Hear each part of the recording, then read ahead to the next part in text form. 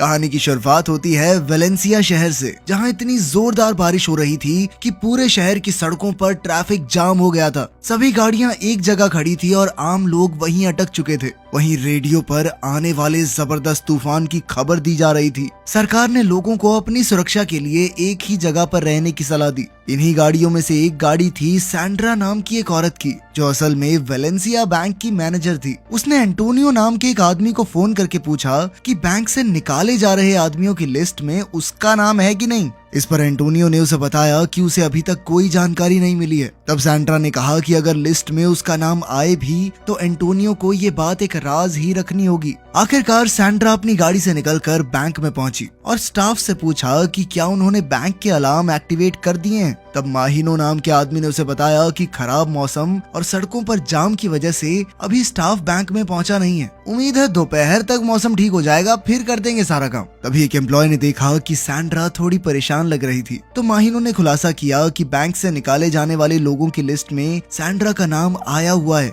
उधर जब सैंड्रा अपने ऑफिस में गई तो उसने फिर से एंटोनियो को फोन करके पूछा। तब उसे पता चला कि उसका नाम सच में इस लिस्ट में आ चुका है, यानी उसकी नौकरी जाना तय है। ये सुनकर सैंड्रा काफी ज्यादा निराश हो गई। उसी समय अचानक हथियार बंद गैंगस्टर्स ने बैंक पर हमला बोल दिया। उनमें से कुछ ने बम वाली जैकेट भी पहनी हुई थी और जल्द ही उन्होंने सभी ऑफिसर्स को अपनी बंदूक से डरा दिया। वहीं दूसरी ओर सैंड्रा इस वक्त अपने ऑफिस में अपने रिश्तेदार वॉकन से बात कर रही थी। उसने वॉकन से मदद मांगी ताकि उसे नौकरी से ना निकाला जाए, मगर वॉकन ने उसे साफ कह दिया कि इसमें वो कुछ नहीं कर सकता। उसी समय अचानक गैलागो नाम का गुंडा अपने साथी जैक के साथ उसके ऑफिस में घुस गया और उन्होंने सैंड्रा के हाथ पैर बांधकर उसे बंदी बना लिया। इसके बाद वो अपने औजारों की मदद से बैंक की तिजोरी तोड़कर उसमें से पैसे चुराने की कोशिश में जुट गए। इसी के साथ उन्होंने जमीन में एक सुरंग भी बनानी शुरू कर दी, जिसके जरिए वो लूट का सारा माल बैंक से बाहर ले जाने वाले थे। वहीं दूसरी ओर गैंग का लीडर यूरुग्वायो बैंक के सभी लोगों को अपने इशारों पर नचा रहा था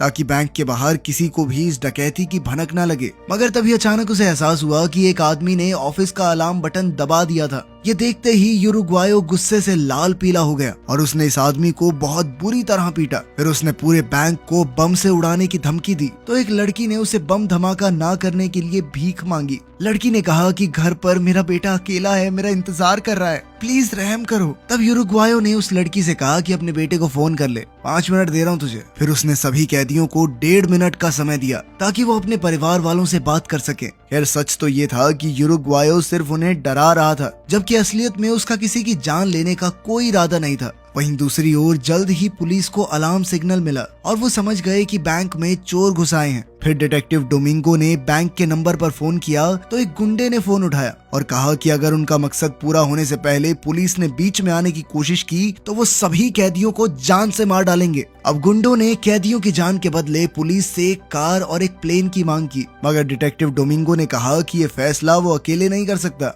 क्योंकि इसके लिए उसे बड़े ऑफिसर्स से इजाजत लेनी होगी।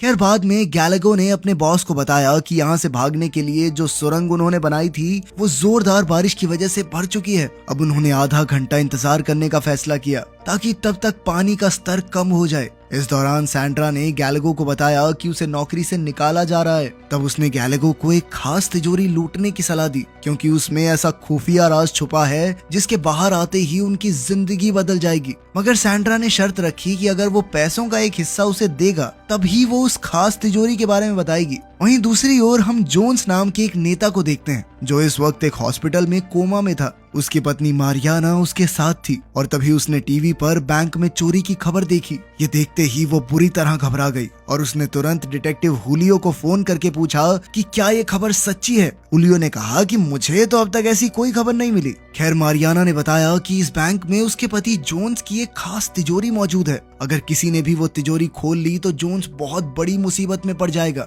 तब हुलियो ने उसे शांत करते हुए कहा कि वो खुद इस मामले की जांच करेगा। फिर उसने ऑफिसर फेरान को फोन करके वो सब बताया जो मारियाना ने उससे कहा था। हुलियो ने कहा कि वो ये नहीं जानता कि उस तिजोरी में क्या है, पर जो भी है बहुत खुफिया चीज है। इसके बाद हम देखते हैं कि सैंड्रा गैलगो को स्क्रीन पर एक वीडियो दिखा रही थी जिसमें जोन्स सिक्योरिटी डिपॉजिट वोल्ट की ओर जा रहा था और उसके हाथ में एक हार्ड डिस्क थी जिसे वो तिजोरी में रखने वाला था। सैंड्रा ने बताया कि आज से कुछ साल पहले एक डिटेक्टिव ने उसके घोटाले का पर्दाफाश कर दिया था जिस वजह से वो काफी मुश्किल में फंस गया था। उस समय पूरे देश भर में उसके नाम की थू थू हो रही थी। तब जोन्स ने अपनी काली करतूतों के सारे सबूत और सरकार के उन लोगों की जानकारी जिन्होंने इस घोटाले में उसका साथ दिया था सबका कच्चा चिट्ठा इस हार्ड डिस्क में भर के बैंक की तिजोरी में रख दिया था। अब गैलगो ने इस तिजोरी का नंबर बताने के बदले सैंड्रा को बैंक से चुराए बेशकीमती हीरे दिए। हीरे लेने के बाद सैंड्रा ने बताया कि उस तिजोरी का नंबर 314 है। उधर यूरुग्वायो ने डिटेक्टिव डोमिंगो को फोन करके बैंक में खाना भिजवाने को कहा।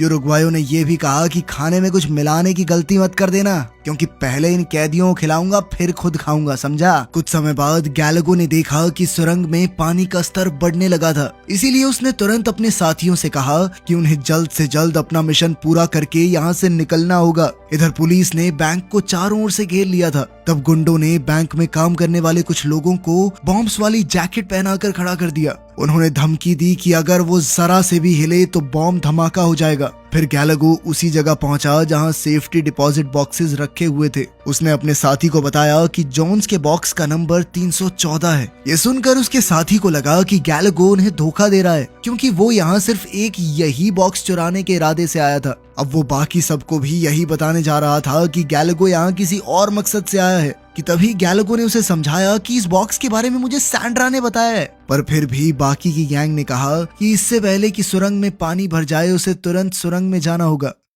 अब सभी गुंडे लूट से भरे बैग्स लेकर तुरंत सुरंग में उतर गए और आखिरी गुंडे ने एक मजबूत रस्सी के जरिए सुरंग के छेद पर टेबल खिसका कर उसे बंद कर दिया। फिर उनमें से एक आदमी अकेला सुरंग के अंत तक गया ताकि वो ये पता लगा सके कि सब लोग तैर कर यहाँ से निकल सकते हैं या नहीं। मगर कुछ ही पलों में उसकी सांस बंद होने लगी और उसने वापस लौटकर अपने साथियों से कहा कि पानी का बहाव बहुत ज्यादा तेज है। आखिरकार उन सब ने एक बार फिर बैंक में वापस लौटने का फैसला किया। उन्होंने पूरी जान लगाकर छेद से टेबल हटाया और वापस बैंक में घुस गए। इसी दौरान पुलिस भी बैंक में घुसने को तैयार थी। डोमिंगो ने उरुग्वायो को फोन करके कहा कि उनके लिए खाना बाहर पहुंच चुका है और अब उसे बैंक का दरवाजा खोलना होगा। अब एक गुंडा बैंक का दरवाजा खोलने गया और उसी समय बाहर पुलिस बैंक में घुसने के लिए दीवार के पास तैयार खड़ी थी। मगर जैसे ही दरवाजा खुला तो अचानक पुलिस को मिशन बंद करने का ऑर्डर मिला, जिस वजह से पुलिस वालों को ऐन वक्त पर पीछे हटना पड़ा। असल में जोन्स के साथ मिले हुए सरकार के ऑफिसर्स इकट्ठा होकर ये सोच रहे थे कि वो इस मुसीबत से कैसे निकलें। तब ये खुलासा होता है कि उनमें से एक ऑफिसर ने ही उरुग्वायो को तिजोरी से जोन्स की वो हार्ड डिस्क चुराने का मिशन दिया था ताकि वो खुद को बचा सके। उस समय फेरान और उसके साथी काफी गुस्से में आ गए क्योंकि उसने बिना किसी से पूछे ये फैसला लेकर बहुत बड़ी गलती कर दी थी। अब उन्होंने पाओलो नाम के एक डिटेक्टिव की मदद लेने का फैसला किया क्योंकि उन्हें इस आदमी पर पूरा भरोसा था। उन्होंने डिटेक्टिव पाओलो को गुंडों से हार्ड डिस्क लेकर फेरान तक पहुंचाने का मिशन दिया। वहीं दूसरी ओर गुंडों की गैंग ने हिसाब लगाया कि जब तक उनके पास जोन्स का बॉक्स है तब तक वो सुरक्षित हैं और इसी की मदद से वो ऑफिसर्स को ब्लैकमेल भी कर सकते हैं। जब उरुग्वायो को पता चला कि गैलगो को बॉक्स का नंबर सैंड्रा ने बताया था तो वो समझ गया कि गैलगो ने उसे बदले में जरूर कोई कीमती चीज दी होगी। अब वो गुस्से से भरकर वहाँ से निकल पड़ा और उस बाथरूम का दरवाजा जोर जोर से खटखटाने लगा जहाँ सैंड्रा छिपी हुई थी। उरुग्वायो गुस्से में अपना आपा खो बैठा और उसने सैंड्रा पर हमला करके पूछा कि उसे बॉक्स नंबर बताने के बदले में क्या मिला है। मगर जल्द ही गैलगो भी वहाँ आ गया और वो उरुग्वायो से हाथापाई करने लगा। असल में वो इस बात से गुस्सा था कि उरुग्वायो ने उस कीमती बॉक्स के बारे में जानते हुए भी सबसे ये बात छुपा कर रखी। अब उरुग्वायो बाथरूम में घुसा तो उसे हीरे का बैग मिला मगर वो खाली था। ये देखकर वो गुस्से से भर गया क्योंकि वो ये समझ चुका था कि गैलगो ने सैंड्रा को पैसे नहीं बल्कि हीरे दिए थे। उसने बाकी की गैंग से कहा कि सैंड्रा उन हीरों को निगल चुकी है ताकि कोई उससे हीरे छीन न सके। दूसरी ओर हम देखते हैं कि लोको नाम का गुंडा हार्ड डिस्क में छुपी हुई फाइल्स निकालने की कोशिश कर रहा था, लेकिन उसके सामने एक चेस की गेम आई जिसमें एक पजल भी थी। जैसे ही उसने एक गलत कदम उठाया तो अचानक हार्ड डिस्क का सारा डेटा अपने आप डिलीट हो गया। उसने डेटा वापस लाने की बहुत कोशिश की पर कोई फायदा नहीं हुआ। कुछ ही देर बाद डिटेक्टिव पाओलो इस केस के काम पर लग गया। और उसने बैंक में फोन किया तो उरुग्वायो ने फोन उठाया। पुलिस ने बैंक को चारों तरफ से घेर लिया था और उरुग्वायो इस बात से काफी गुस्से में था क्योंकि अब उसकी गैंग का यहाँ से निकलना मुश्किल हो गया था। खैर पाओलो ने कहा कि अब से इस केस को वो हैंडल करेगा। उसने कहा कि वो उरुग्वायो से खुद मिलना चाहता है क्योंकि वही गैंग का लीडर था, लेकिन उरुग्वायो ने इससे इनकार कर दिया क्योंकि उसे डर था कि पुलिस उसे मार डालेगी। लेकिन जब पाओलो ने वादा किया कि उस पर कोई गोली नहीं चलाएगा, तब जाकर उरुग्वायो उससे बैंक के दरवाजे पर मिलने को राजी हो गया। जब उरुग्वायो उससे मिलने के लिए बाहर आया तो पाओलो ने कहा कि वो उसकी यहाँ से बाहर निकलने में मदद करेगा, पर इसके लिए उरुग्वायो को पाओलो के सभी ऑर्डर्स मानने होंगे। आखिरकार जब उरुग्वायो बैंक में गया तो उसने अपनी गैंग को बताया कि पाओलो बैंक से भागने में उनकी मदद करने वाला है, पर उसके साथियों को शक हुआ कि ये पुलिस की चाल भी तो हो सकती है। तब उरुग्वायो ने कहा कि पाओलो के प्लान के मुताबिक वो साथ वाली बिल्डिंग की चौथी मंजिल पर जाएंगे और वहाँ से एक खिड़की के जरिए एक फ्लैट में चले जाएंगे। वहाँ पर उन्हें पुलिस की यूनिफॉर्म्स मिलेंगी जिन्हें पहनकर वो तुरंत फरार हो जाएंगे।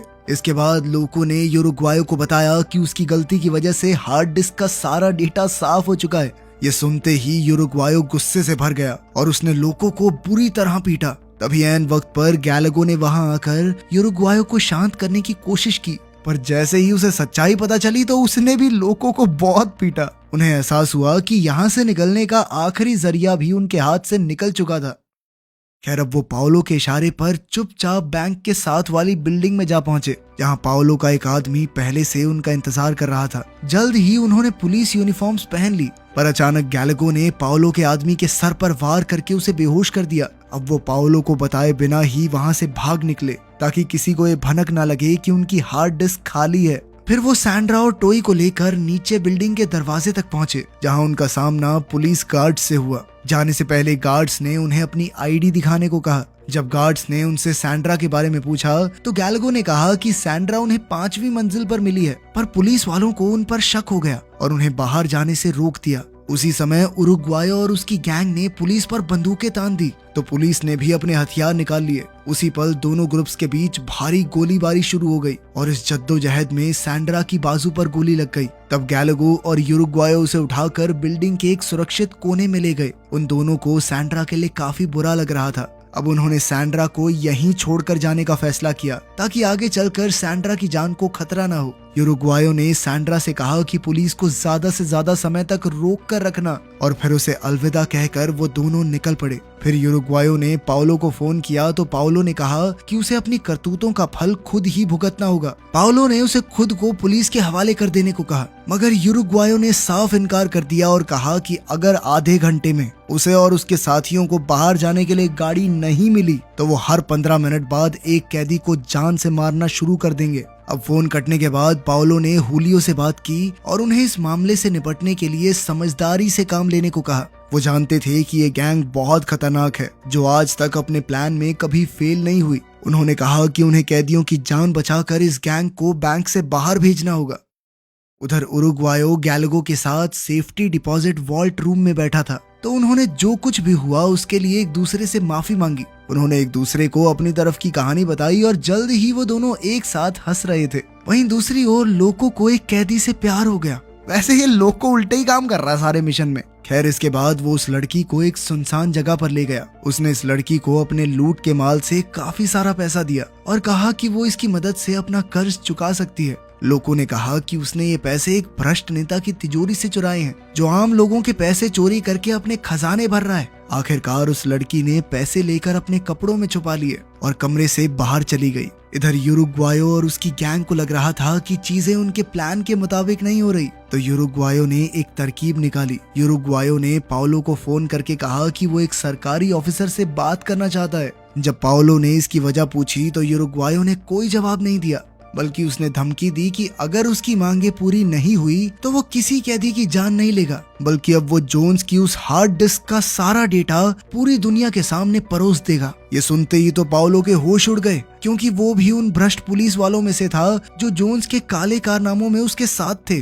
अब जूलियो ने फेरान को फोन करके कहा कि उसे उरुग्वायो की गैंग से मिलकर खुद मामला सुलझा लेना चाहिए। अब फरहान के पास कोई चारा नहीं था, इसीलिए वो राजी हो गया। जब वो उरुग्वायो और गैलगो से मिला तो उसने हार्ड डिस्क के बदले उन दोनों की सजा कम करवाने का वादा किया, पर उन्होंने फरहान से कहा कि वो अपने चुराए हुए पैसों से देश छोड़कर भागना चाहते हैं, जेल में नहीं जाना चाहते। उन्होंने झूठ कह दिया कि उन्होंने हार्ड डिस्क में फरहान और उसके साथियों की वीडियोस देख ली हैं। अब उरुग्वायो ने उसे जल्द से जल्द गाड़ी लाने को कहा जो उन्हें बैंक से बाहर ले जाएगी। उधर हम देखते हैं कि हॉस्पिटल में सैंड्रा का इलाज चल रहा था। तभी फरहान की सेक्रेटरी उससे मिलने आई और गैंग के बारे में कुछ सवाल पूछे। सैंड्रा ने कुछ गुंडों के नाम बता दिए। उसने ये भी कहा कि वो गुंडे एक दूसरे पर भरोसा नहीं करते, तो उनके बीच में लड़ाई डालना ज्यादा मुश्किल नहीं होगा। इधर फरहान ने उरुग्वायो को फोन करके कहा कि वो हार्ड डिस्क की वीडियोस देखना चाहता है, लेकिन जब उरुग्वायो ने इससे इनकार कर दिया तो फरहान को उस पर शक हो गया कि वो झूठ तो नहीं बोल रहा। फरहान ने कहा कि मैं जानता हूँ तुम्हारे पास कोई वीडियो नहीं है। फिर उसने अपने बॉस को ये सारा मामला समझाया तो उन्होंने बैंक में घुसकर गैंग को गिरफ्तार करने का फैसला किया।